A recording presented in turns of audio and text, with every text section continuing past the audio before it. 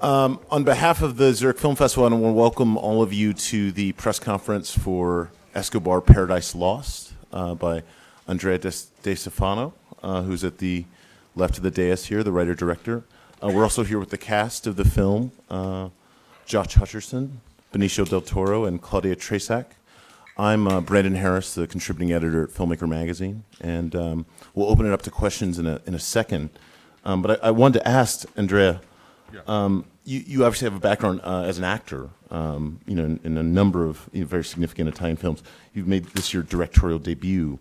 What spoke to you about this story specifically is one you wanted to tell yourself, and ultimately, how was it difficult transitioning from being an actor to the other side of the camera? But in a way, it's the same job. You have to tell a story in the most simple way possible. I wanted to make a movie about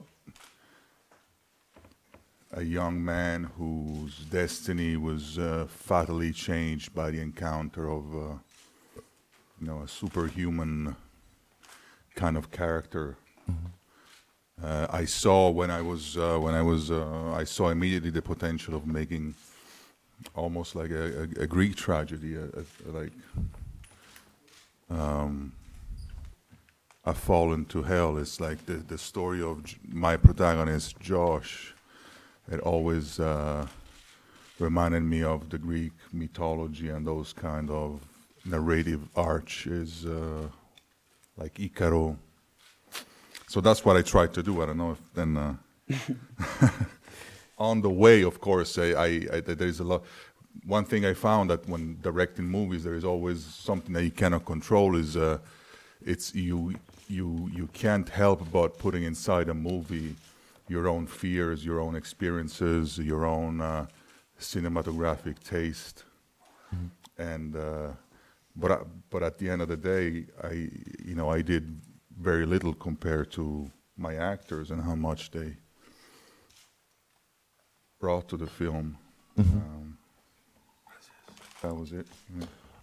Yeah, I'm curious because you decided to frame the story through the eyes of not Escobar himself, but through a fictional character who sort of comes into his inner circle, played by Mr. Hutcherson. What was behind the impetus for that way into the story? And is the character at all based on a historical figure or some other sort of amalgam of various people who actually were in Escobar's life? Or? Well, I immediately, I learned a story that was around of a person that knew Escobar. Escobar asked him to hide something and then tried to kill him. And I thought that was an interesting story, and I wanted to make a movie about that. And then when I started researching Escobar, I thought it was so fascinating that maybe, few times I had the idea of making a biopic of Escobar, but then it immediately shifted the point of view of the movie I wanted to make, and it's like I wanted to make more than a biopic, a biopsy of his evilness. I wanted to put the camera in the eyes of someone that was facing this wave of evil coming after him, and was to tell one story. To me, was more important in this one story to capture almost like the fingerprint of Pablo Escobar psychotic thinking process. Sure. Josh, your character is someone who is in many ways seduced by Mr. Escobar. What type of work went into kind of in building this character for you? Obviously, unlike Pablo, where there's a significant historical record and there's things that Benicio obviously could lean on for that. What were kind of the essential elements of this character for you?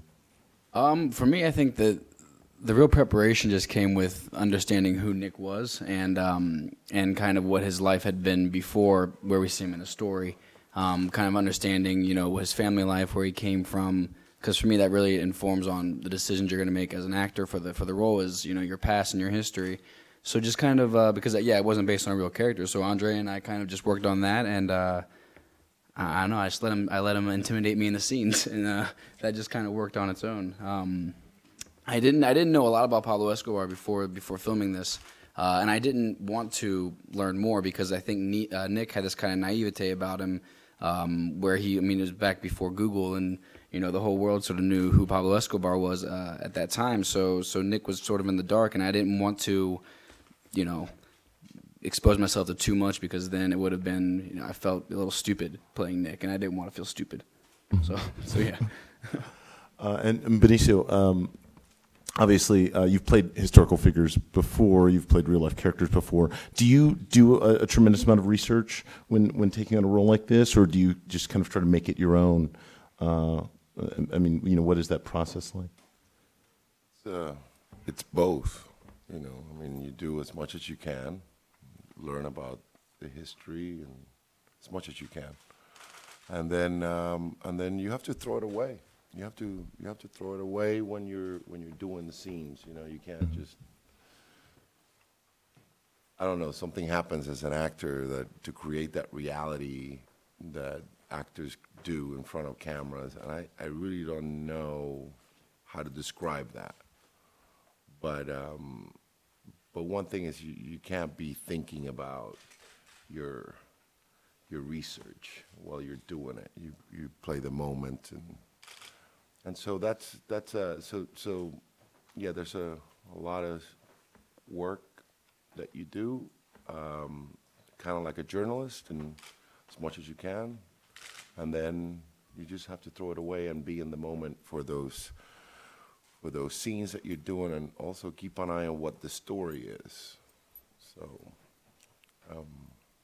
I think Andrea, as he wrote the script, it was pretty clear for me that at the beginning the character is normal and turns. So I keep an eye on that. Mm-hmm.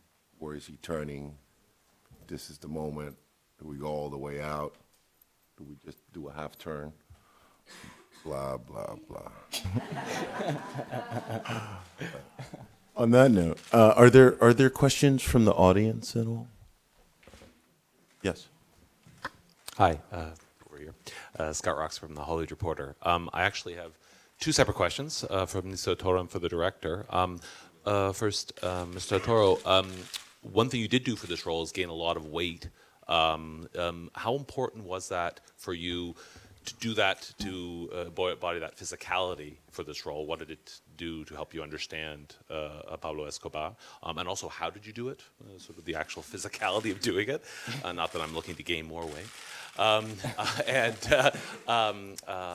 for the director, maybe an esoteric question, but why did you decide not to translate or subtitle the Spanish spoken in this film? At least the version I saw was not subtitled. If that was a deliberate choice on your part, so that we don't actually hear Escobar, if you don't understand Spanish, you don't hear Escobar speaking in his native tongue? I'm sorry, you saw a version of the film when Escobar speaks Spanish. You didn't have the... There were no subtitles. Oh, it was a technical thing. Well, then that then drop that question. I was wondering. Again. So I have no idea what you said in the film unless you were talking to Nick. Oh, you got to pay for it. Okay. Okay, well, drop that question. But the weight loss. The gaining weight is easy. That's easy. All you got to do is eat. There's no...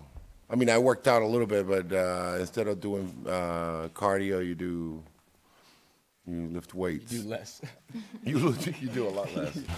Cardio. Yeah, cardio. Yeah. And then regarding the fact that he was heavy, well, he was heavy, Pablo. But I also think that that being heavy also shows.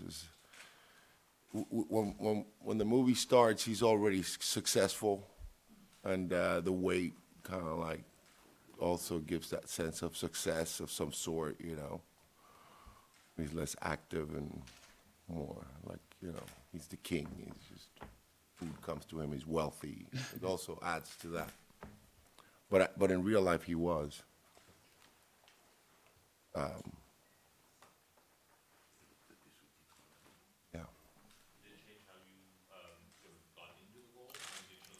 Yeah, it does change a little bit, yeah. I don't have to concentrate on sucking my belly. You know. Hi, it's Christian Aust, freelance journalist from Germany. First of all, congratulations, great movie. I wanted to talk about your chemistry, Mr. Del Toro and Mr. Hutcherson, because how did you do it? I mean, some actors don't like to meet before they work together. Some do. What were your expectations? What surprised you, and etc.? Thank you.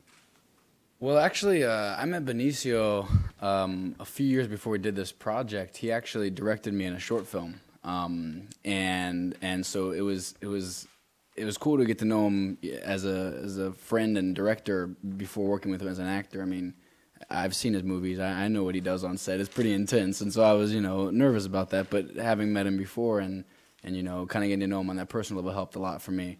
And I don't know. I think about because like Nick can't see that Pablo is like a bad guy in the beginning. He has to really be comfortable with him and really see him as a guy that he gets lured in like Andrea was saying, gets seduced.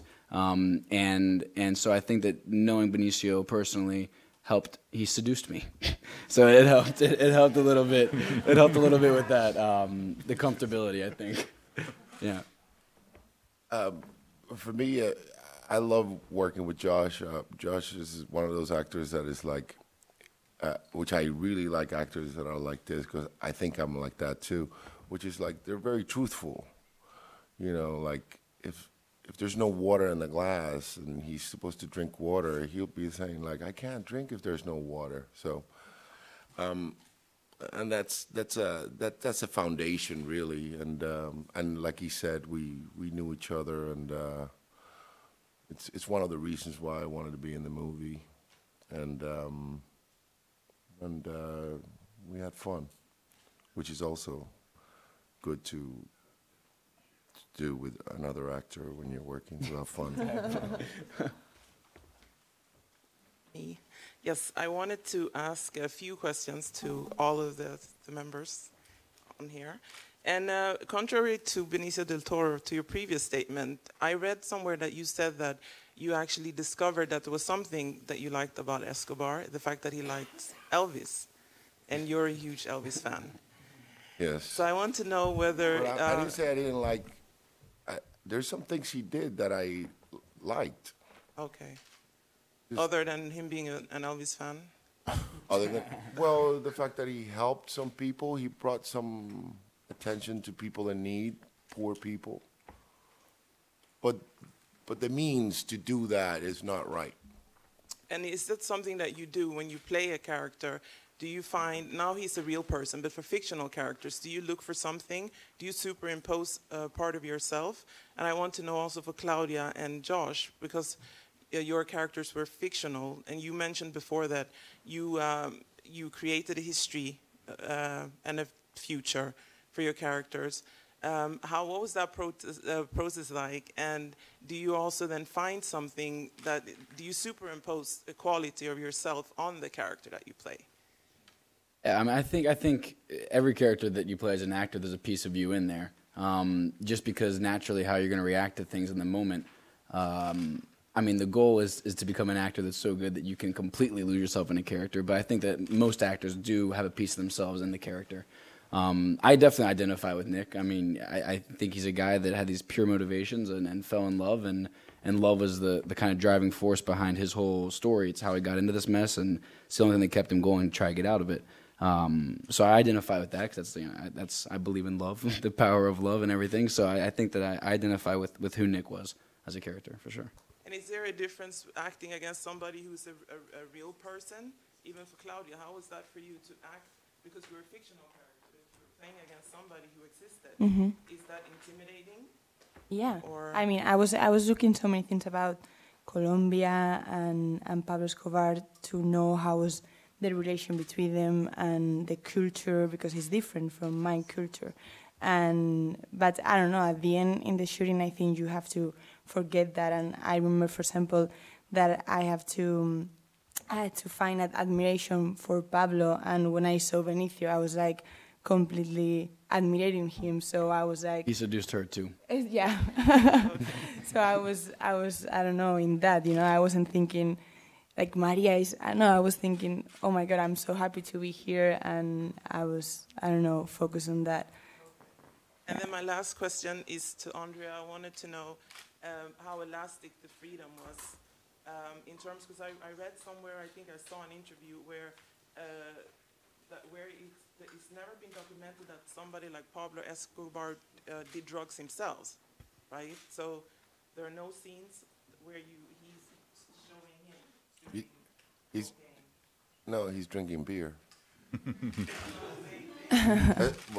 So I want to What do know, you mean? It's a drug. Is it really? Beer? Yeah, alcohol is a drug. Yeah. Yeah, alcohol is a drug. Okay then. Okay. But I wanted to know, in terms of now, like when you created this movie, the character and everything, like how elastic was the freedom in terms of what the characters were able to do, and what you decided. How did you make those decisions that? So we can't have this because I know that Escobar never did that. And then when did you decide to play a bit and say, okay, maybe he should be allowed to do this? And then also, how was there a difference in the direction you were offering to the actors on stage? No, I think with Benicio, we were very careful to be as truthful as we could of who Pablo Escobar really was. On the bright side and the dark side, which we were very, I think I'm very comfortable with my conscience that, I think we made justice to this human being.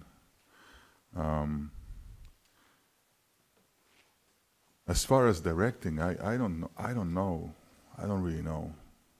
It was really about, we talked and listened. Because sometimes people only talk on set, don't listen. We listen a lot to each other, and so everything that you see in the movie is really like an equation of our talents. Because at the end of the day, it was always something that came out of our willingness to tell the story. Hi, my name's Caitlin. I write for Girlfriend Guide to Zurich, and I'm really interested in the Greek stories and the tragedy involved, because usually the archetype, the conceit is that man tries to play God, and then man gets punished in the end. And I didn't know if that influenced you, if there were any writers, Voltaire, and how you saw that as a part. This is for the actors and the director. If there was anything going on where you felt a need in the end for punishment in order to complete the story, that loss of innocence. Yeah, once you're in front of a page and you have to like come up with ideas. At least me, I know I'm in trouble if I try to imitate somebody, or there is like a mixed match, it's like a jukebox of things that I put aside in my brain, and so the influence is, Romeo and Juliet, I can say, is that, it's like a fairy tale that becomes a nightmare. There is all things that that I found emotional when I write, and when I find a certain emotion, I know that's the right path. But at the end, I think there is a thermometer that I want to give myself, and but I have it kind of instinctively. Is when am I going to bore people? And the moment I bore people, I try to, make it into a movie. So. The inspiration is always very high, but at the end, I think we make entertainment. So it is a movie. I take it very seriously. I'm not trying to minimize what I do. I take it absolutely very seriously, and I'm very, I went to extremes emotionally and artistically, but. At the end of the day, I want to make a beautiful, entertaining story with a moral backbone, that when you go back home, You think about the narrative arch of these three human beings, and you think, okay, I feel for them. I feel even for Pablo when he walks to prison. It's his tragedy. There is something cathartic in it. You understand when he walks to prison. By the way, he's got Elvis records on the arm, but nobody knows that. But when he walks to prison, you almost feel for him. I think for me, as far as the need for a sense of punishment or something, I think that the story is a tragedy. I think what Andrea is saying is a tragedy, and in a way, I mean, Pablo, did horrible things to the community, and people really felt the pain of what he did around them, and so I think that for the movie to finish the way it finishes in a tragic way, I think it kind of does more justice to everyone that suffered of Pablo, because they say, no one escapes Pablo Escobar, and I don't want to say anything too much, but you saw it. Well, if you saw it with all the subtitles, maybe not, but yeah. So I think it's a tragedy, and so I didn't feel the need for like a punishment, because I think that the movie was meant to sit as a tragedy. For me, that's kind of where it landed.